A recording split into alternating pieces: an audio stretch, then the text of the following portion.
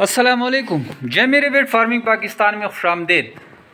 ये देखें जनाब, ये देखें बाई बैक, कभी देखा है? ये हमारे शोएब भाई हैं और काफ़ी सारी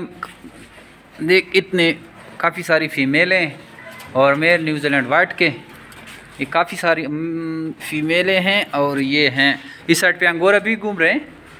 वो अभी अंगोरा भी हमने अलग नहीं किए हैं, ये दूसरे भाई का माल था, इसमें भी न्यूजीलैंड हमने मिक्स कर दिए हैं। लेकिन ठीक ठाक बच्चे भेजे हैं शोएब भाई ने और उनको हमने ऑनलाइन पेमेंट कर दी है।